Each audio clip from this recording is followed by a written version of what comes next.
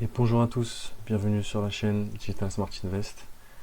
Alors aujourd'hui, en ce lundi 23 juillet 2024, nous allons analyser un altcoin qui est pour moi un des altcoins les plus importants à avoir dans son bag, qui est le plus gros DEX de tous les DEX de toutes les blockchains.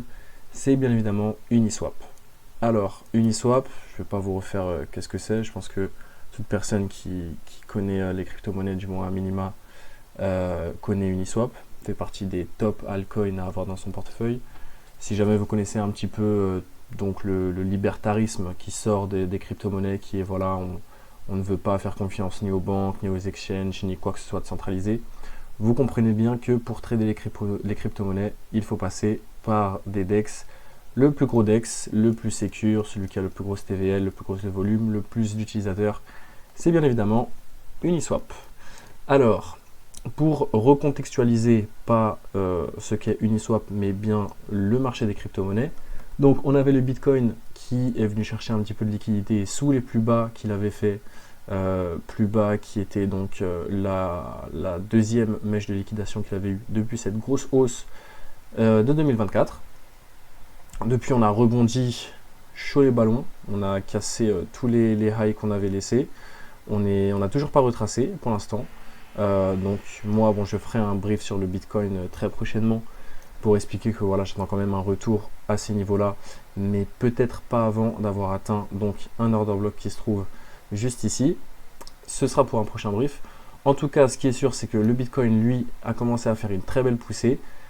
Très belle poussée haussière qui peut nous amener du coup à nous dire voilà, les altcoins vont en profiter. Chose qui n'est absolument pas le cas pour le moment. Donc pour rappel, ça c'est un indice du coup du prix du Bitcoin par rapport aux altcoins. On voit que donc on a eu la grosse chute due à la liquidation qu'il y a eu sur le BTC. Donc cette grosse liquidation qu'il y a eu juste là nous a amené à faire un retour au niveau des 35. On n'a toujours pas rebondi. On n'a toujours pas rebondi. Qu'est-ce que ça veut dire? Ça veut dire que pour l'instant, c'est avant tout BTC et un petit peu Ethereum qui a pris donc toute la force de cette poussée, toute la liquidité qui est revenue sur ces marchés. Donc on le voit au niveau de l'altcoin season.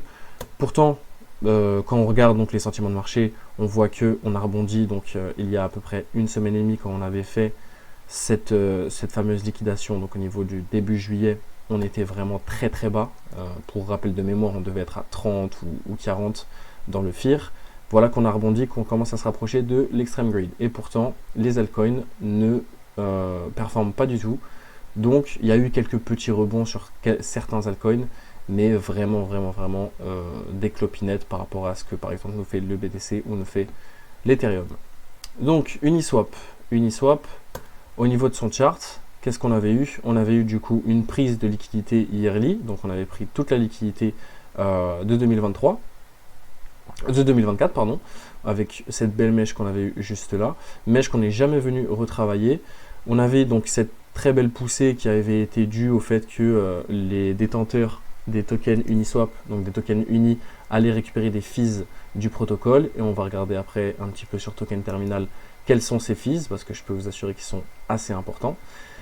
On a retracé du coup cette très grosse hausse qui avait été faite avec cette news. On est venu même jusqu'à retourner sur cette belle zone d'accumulation qu'il y avait eu juste avant le pump grâce à cette mèche. Depuis, on n'est jamais venu retester cette mèche. On n'est même jamais revenu retester la zone de liquidité qu'on avait juste là. Donc lorsqu'on est venu reprendre la liquidité qui se trouvait ici au niveau des 6,630 avec cette petite mèche, hop, on est venu ici refaire une accumulation. On est reparti à la hausse. Au début, j'ai cru, si jamais on n'allait pas breaker ce high là, qu'au final on allait continuer à rebaisser et peut-être reprendre donc cette liquidité qui se trouve au niveau des 5,80. Mais non, on est venu la break, donc très très bonne nouvelle. En plus, on est venu la break d'une très belle manière, hein. Donc on a fait des equal highs juste là. Hop, une mèche qui vient rechercher, et hop, des corps de bougie qui viennent rechercher ici. Donc petit retracement dû au retracement qu'a eu le BTC, mais sans jamais casser les plus bas, en revenant sur un order block qu'on n'avait pas encore fermé. Depuis, on travaille toujours au même niveau de prix. Donc Uniswap, les prix très intéressants. On va zoomer un petit peu plus tout à l'heure. Avant, on va regarder bien évidemment, étant donné qu'on trade une market cap avant de trader des prix lorsqu'on parle de crypto-monnaie, il faut regarder la supply. Donc Uniswap fait partie des actifs assez anciens, assez vieux, même si bon, en termes financiers c'est hyper récent, mais en termes crypto-monnaie c'est assez ancien. Donc le token est sorti en 2020, du moins là sur OKX j'ai de l'ancienneté jusqu'à 2020, ce qui fait qu'on sait que nos ranges de prix sont à ce niveau-là. On a eu toute la range de 2022 avant le petit pump. Donc au niveau de la market cap, on voit qu'on a eu très peu de dilution. Voilà, on voit un petit gap entre le prix et la MC, la market cap, mais en soi c'est très très négligeable. Donc les prix qu'on a eu, donc un Uniswap au niveau des 40 $, ce serait au final un Uniswap à 23 milliards de market cap, ce qui est totalement plausible étant donné qu'on parle quand même du plus gros DEX qu'on peut avoir au niveau des crypto-monnaies. Donc pour regarder ça, on va aller sur Token Terminal, on va aller sur Exchange et on va regarder quel exchange fait le plus de fees. Oh tiens, on est encore une fois sur des lois de Pareto, c'est-à-dire qu'on a un seul acteur qui prend 80% de l'activité et un tas d'autres acteurs qui prennent 20% de l'activité. Qui est bien sûr cet acteur qui prend 80% de l'activité? C'est bien évidemment Uniswap. On voit que voilà, Uniswap fait en 180 jours, j'ai regardé, tiens, en une année, histoire qu'on rigole. Voilà, donc en un an, Uniswap réalise quasiment 900 millions de fees, donc quasiment des recettes nettes, alors que le prochain qui est PancakeSwap réalise à peine 155 millions. Donc on va regarder ça un peu plus près. Uniswap, on a du coup des fees annualisés de plus de 800 millions. On a 8 millions d'active users, 9 millions pardon, d'active users, donc d'utilisateurs par mois. Donc c'est une boîte, donc un smart contract qui peut attirer 9 millions de personnes, donc de réelles personnes ou de bots par mois. C'est quand même ultra impressionnant pour une crypto-monnaie, pour un DEX, pardon, un smart contract, sachant que l'early majorité n'est pas encore arrivée sur le monde des crypto-monnaies. On a un net deposit donc qui est de 7 milliards de dollars. Donc il faut comprendre que sur le protocole, vous avez 7 milliards de dollars, alors que la market cap, elle, est de 8 milliards de dollars. Donc 8 milliards 13 en fully diluted et 7 milliards 950 millions en circulating market cap. Donc on a des net deposits qui sont quasiment égales à la market cap, à 1 milliard près. On a une trésorerie d'entreprise qui est de 3 milliards de dollars. Donc ça veut dire que si jamais le token venait à trop chuter, vous avez donc Uniswap qui pourrait racheter son token à hauteur de 3 milliards de dollars. Bon, après, il ne faut pas réfléchir ça comme ça, dans le sens où si ces 3 milliards de dollars sont en uni, dans le token uni, et que le token baisse, bien évidemment que la trésorerie va baisser. Même si je pense que c'est assez diversifié, parce que quand on regarde du coup la TVL, elle est donc majoritairement en Ethereum. Donc à voir, il faudrait étudier ça d'un peu plus près. En tout cas, une trésorerie d'entreprise de 3,25 milliards de dollars. Ce qui veut dire en réalité que l'entreprise possède la moitié de la market cap en trésorerie. C'est complètement fou. Ce qui serait intéressant de voir, ce serait donc avec des métriques pareilles, avec des nombres users pareils, avec des fees pareils, des net deposits pareils, une TVL pareille, et une trésorerie pareille et une market cap aussi faible, parce que quand je compare avec ceux qui sont au-dessus dans le classement, il faudrait quand même aller voir le classement de notre fameux Uniswap. Étant donné que c'est le plus gros DEX, si on enlève bien sûr les stablecoins, il devrait au moins se trouver dans le top 5. Pourquoi? Parce que dans le top 5, vous devez avoir donc des infrastructures, des concurrents des infrastructures, étant donné que les infrastructures prennent toujours la majorité des recettes. Vous pouvez regarder par exemple avec Internet. On sait que Microsoft, Apple, Google, donc les infrastructures, prennent le maximum de recettes. Enfin, Apple, Microsoft pour du coup les infrastructures. Maintenant, Google pour les distributeurs en termes de moteurs de recherche, etc. prennent du coup pas mal de fees aussi. Qu'est-ce qu'on a donc? On a le BNB, un des plus gros exchanges, le plus gros exchange, donc assez logique qu'il soit ici. Des infrastructures, concurrents directs d'infrastructures. Donc là, si on enlève les stablecoins, on serait du coup à 1, 2, 3, 4, 5. Un même coin, Toncoin, Cardano, Avax. Voilà, donc là, j'ai un tas de choses. Tron, je sais qu'il y a de l'activité. Même coin, chaîne, pas d'activité. Chaîne avec un peu d'activité, mais bon, ça vient d'arriver.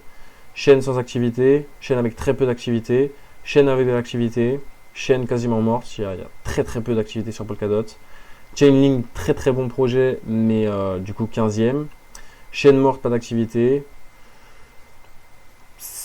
Assez compliqué, dossier qu'il faut réévaluer.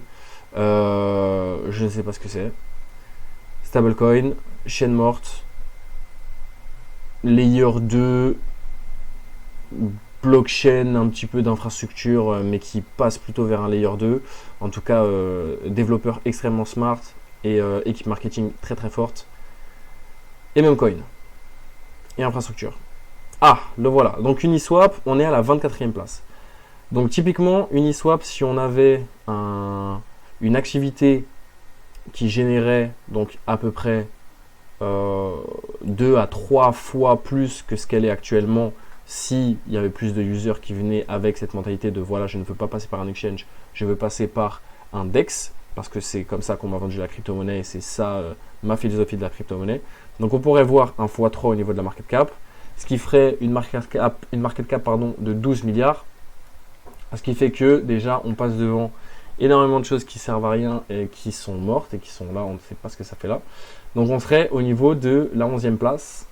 Ça me paraît encore extrêmement peu, parce que quand je vois des choses comme Cardano devant, comme Dogecoin devant, comme XRP devant, j'ai du mal à comprendre. Mais on sait que dans tous les cas, au niveau de la crypto-monnaie, il y a énormément d'inefficience sur les market cap. Pourquoi? Parce que vous avez énormément de personnes qui ne connaissent pas du tout les marchés financiers, que les gros fonds et les personnes qui savent donc investir sur des projets avec de la valeur et qui savent valoriser les projets ne sont pas sur les crypto-monnaies, tout simplement parce qu'ils ne peuvent pas l'être. Ils n'ont pas la régulation pour l'être. Et du coup, les gros montants, la smart money, est extrêmement peu sur ces actifs-là. Typiquement, pour l'instant, elle est sur Bitcoin et Ethereum et on voit qu'elle commence à très très bien arbitrer le Bitcoin et l'Ethereum en attendant bien sûr de la sortie des ETF.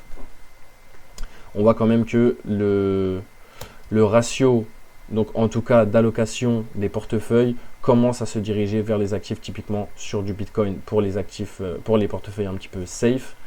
Enfin, c'est assez paradoxal parce que les personnes qui vont investir dans le Bitcoin cherchent de la volatilité de par l'investissement sur la crypto-monnaie, mais le Bitcoin par essence doit être quelque chose d'assez peu volatile dans le sens une réserve de valeur, donc un risk off. Donc en réalité, le Bitcoin est le plus gros risk off de la crypto-monnaie qui est un gros risk on. Voilà pourquoi moi, dans ma thèse, je valorise la volatilité d'Ethereum, l'activité d'Ethereum et la possibilité de valorisation d'Ethereum beaucoup plus haute que Bitcoin. Pas bien sûr en prix, mais en market cap. Mais ça, encore une fois, c'est une chose que je devrais développer plus tard dans une autre vidéo.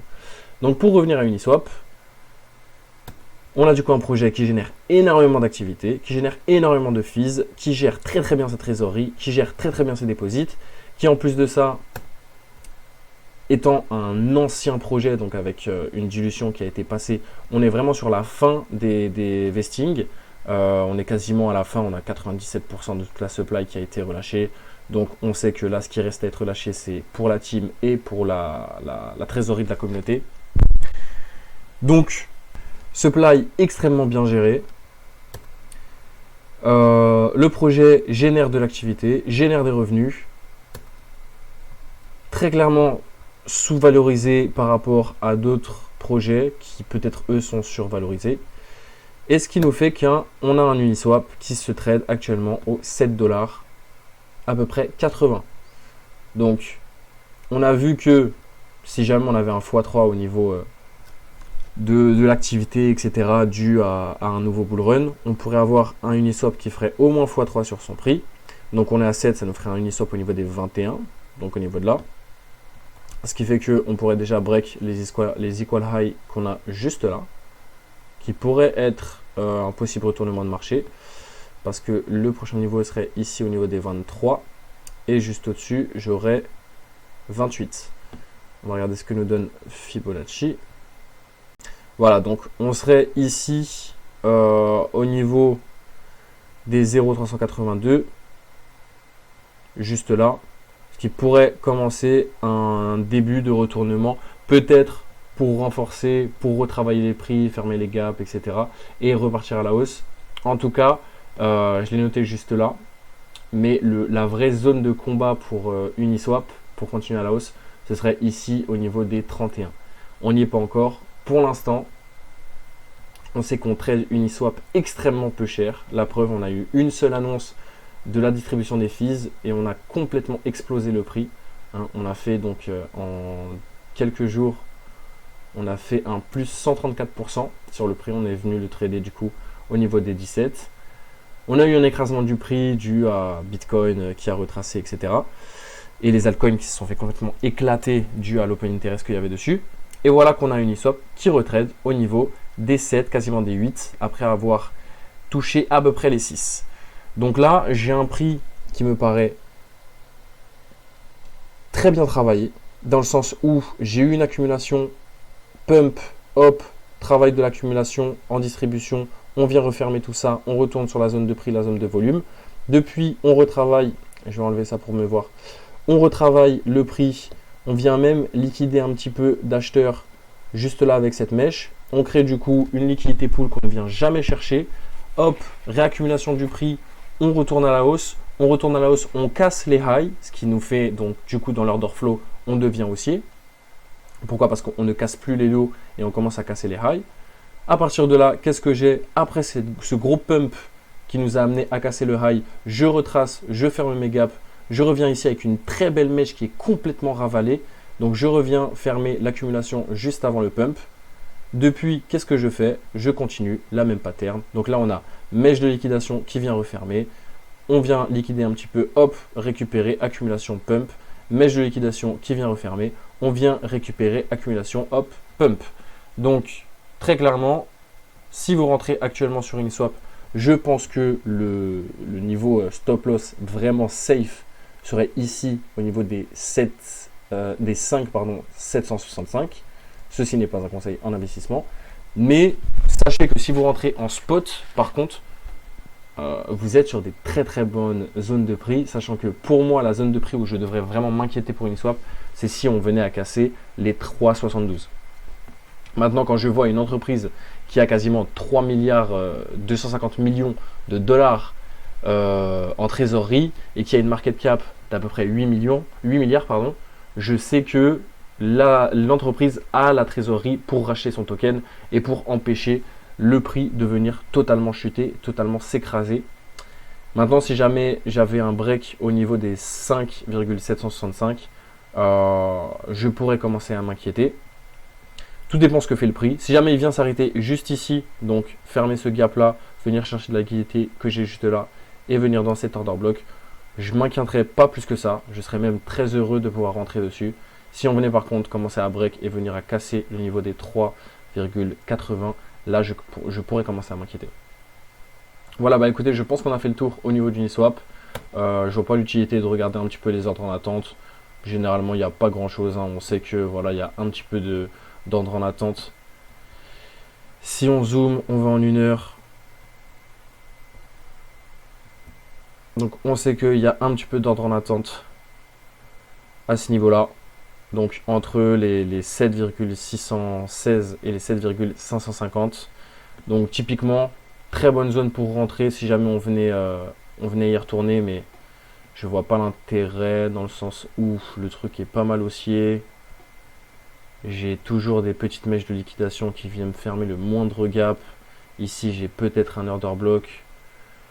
Et encore, le dernier gap que j'ai, il se trouve juste là. Mais les chances qu'on aille le chercher sont assez faibles. Moi j'ai eu de la chance, j'ai pu re-rentrer dans Uniswap. J'étais déjà en position depuis un petit moment sur Uniswap. J'étais rentré donc avant le pump. Donc au niveau de la mèche de liquidation juste là, je suis rentré je crois à la fermeture de ce gap là avec cette mèche. Depuis, donc je suis toujours en position, j'ai vécu ce petit pump ici mais j'ai pas fermé mes positions, j'attends vraiment qu'on vienne rechercher la zone des 20. Et je suis re-rentré donc avec la fermeture juste là de ce gap que j'avais ici, donc de cet order block. Et pour l'instant, j'attends le pump. J'attends le second pump ou le troisième pump selon les time frames. Mais ce qui est sûr, c'est que vous pouvez peut-être avoir un point d'entrée ici au niveau des 750. Alors, si jamais vous arrivez à l'avoir au niveau des 750, ce serait une très belle entrée. Assez dangereuse si jamais le marché se retourne parce qu'on a une très grosse liquidité pool ici au niveau des 6,30 et des 6,50. Mais histoire d'être safe, vous pouvez mettre votre stop loss au niveau des 5,80 et à partir de là, on laisse faire la machine. Dans tous les cas, ce truc a de l'activité. Il y a énormément d'activités, il y a énormément de fees, il y a énormément de TVL, énormément de trésorerie. Donc si jamais tous les actifs venaient à chuter, il n'y avait que les actifs value qui créent de la valeur et qui attirent des utilisateurs qui viennent à survivre, sachez qu'Uniswap serait parmi ceux-là. Et du coup, il pourrait gagner énormément de place, donc passer devant tous ces trucs qui font quasiment pas d'argent, qui sont quasiment tous en perte et qui ont très peu d'activité, donc les Litecoin, les NIR, les DEO, les Bitcoin Cash, les Polkadot, les Shiba, les Avax, les ADA, les Dodge, les XRP, les Solana, donc tous ces trucs-là où il y a peut-être un petit peu de hype, mais extrêmement de pertes. Uniswap passerait devant. Uniswap passerait très clairement devant. Peut-être pas Solana, peut-être pas XRP parce qu'il y a quand même pas mal de gens derrière. Peut-être pas Dodge. Maintenant, ton coin, à voir, c'est un très nouveau, c'est un dossier extrêmement récent. Il faudrait voir avec un petit peu plus d'ancienneté. Mais pour le moment, oui, en tout cas, Uniswap passerait devant tout ce qu'on a là. Hormis peut-être Link parce que ça fait pas d'argent, il n'y a pas d'utilisateurs. Et Tron aussi. Tron, dossier très important à surveiller. Voilà, bah écoutez, je vous remercie de m'avoir écouté. Je vous souhaite une très bonne soirée. Et puis, il y a pas mal de briefs qui arrivent, que ce soit sur d'autres actifs comme Maker, comme Atom. Je sais qu'on m'avait demandé Filecoin. Je vais voir si j'aurai le temps d'en faire un. En tout cas, je vais essayer de voir, donc, avec ce fameux retournement qu'on a eu sur le BTC et qu'on n'a pas encore eu sur les alts. Voilà, typiquement, quand on voit des alts comme Link, comme TIA, comme SNX, comme Rune. On n'a pas encore eu des vrais pumps comme on a eu sur le BTC ou sur l'Ethereum.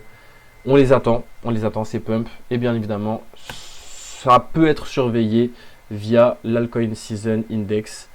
Donc dès que vous allez avoir un retour de l'Altcoin Season Index au niveau des 45, on sait qu'il y aura certains alts à surveiller, notamment ceux qui ont déjà de la supply qui circule et qui ont des utilisateurs et qui font des fees, qui sont bien évidemment leaders de leur marché. Voilà, je vous souhaite une très bonne journée. Au revoir.